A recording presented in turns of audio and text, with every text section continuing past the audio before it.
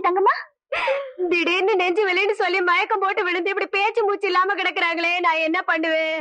இப்படி ஒப்பாரி வச்சுக்கிட்டு இருந்தா அவ போய் சேர்ந்துருவாடி. வாங்கடி டாக்டர் கிட்ட கொண்டு போவா.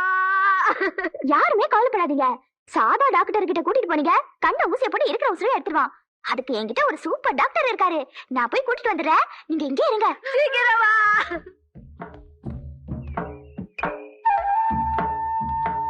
கிருஷ்ணா, என்ன மூச்சு வாங்கும் போது கூட அழகாதான் இருக்க. உனக்கு எப்பவுமே கிண்டல் தான்.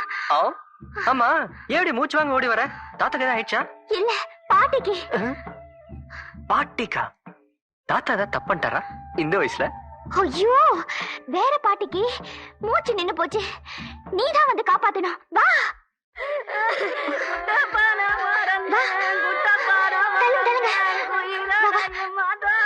நான் சொன்னேன்ல கிருஷ்ணா, இந்த பாட்டிதான். சீக்கிரமா வைத்தியம் பண்ணு. வைத்தியமா? நானா? எப்படி?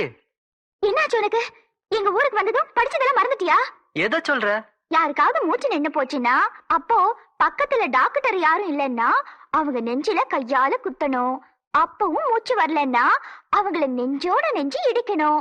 அப்பவும் சரியாகலன்னா அவங்க வாயோட வாய் வச்சு நல்லா காத்து ஊதணும். அப்போ உசுர் வந்துரும்.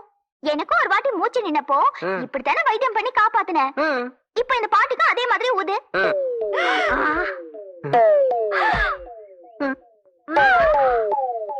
என்ன எல்லா பாட்டிகளும் டொம்மு டொம்மு விழுறாங்க? விழுந்தா என்ன? நீதான் சூப்பர் டாக்டர் ஆச்சே, எல்லாருக்கும் ஊது. ஆத்தாடி, இவங்க எல்லாருக்கும் நான் ஊதுனேன்னு வச்சுக்க, எல்லாருமா சேர்ந்து எனக்கு சங்கூத வேண்டியதுதான். அம்மா தாயே, என்ன விட்டுருமோ? டாக்டர் சார் நில்லு. கடை காமாச்சி, உனக்கு நான் ஊதட்டுமா? உனக்கே 4 பேர் ஊதணும், எனக்கு போய் நீ ஊதுறியா? தம்பி சார், சார் நில்லு சார். வைக்க வேண்டி சார். சார் வைக்க வேண்டி சார், நில்லு சார். சார் வைக்க வேண்டி சார். சார்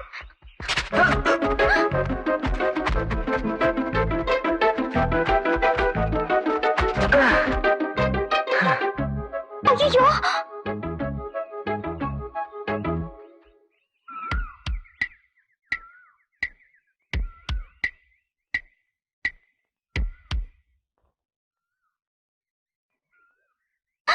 ஐயோ, நம்ம சூப்பர் டாக்டருக்கே மூச்சு நின்னு போச்சு.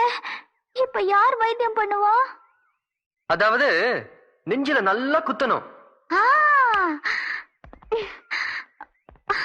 அப்போ மூச்சு வரலன்னு வச்சுக்கோ, வாயோட வாய் வச்சு நல்லா காத்து ஊதணும்.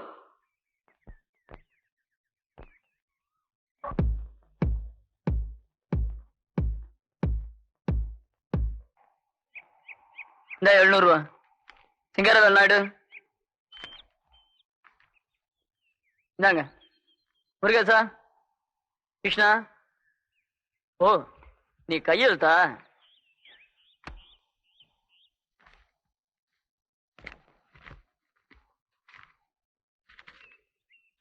என்ன 1000 ரூபாய் கழுத்து போட்டிருக்கேன், 700 ரூபாய் தான் தரீங்க. மீதி 300 ரூபாய் என்ன உங்களுக்கு மொய்யா? சோத்துக்கு இல்லைன்னு சொல்லுங்க, இதையும் பிச்சையா போட்டு போறேன். இதெல்லாம் தப்புமா? கூலிக்காரன் என்ன ஏமாளிங்க நினைச்சிட்டியா? இங்க எப்படிதான் பழக்கம், பேசாம வந்துரு. கையெழுத்து போட்ட பணம் என் கைக்கு வராம நான் இங்கிருந்து போக மாட்டேன்.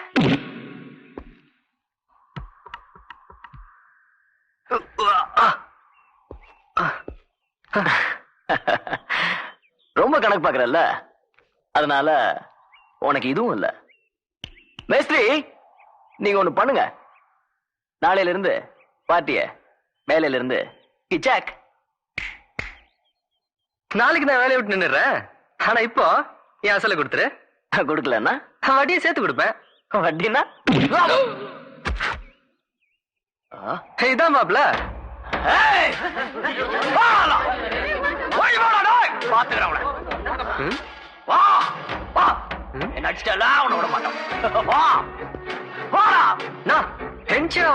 வந்துடுறேண்ணா.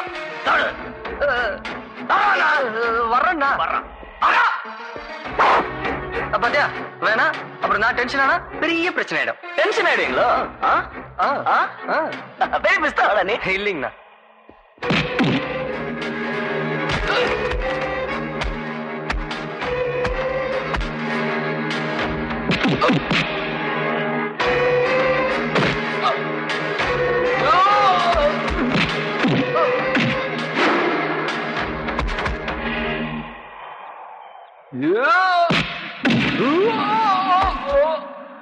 ஐயோ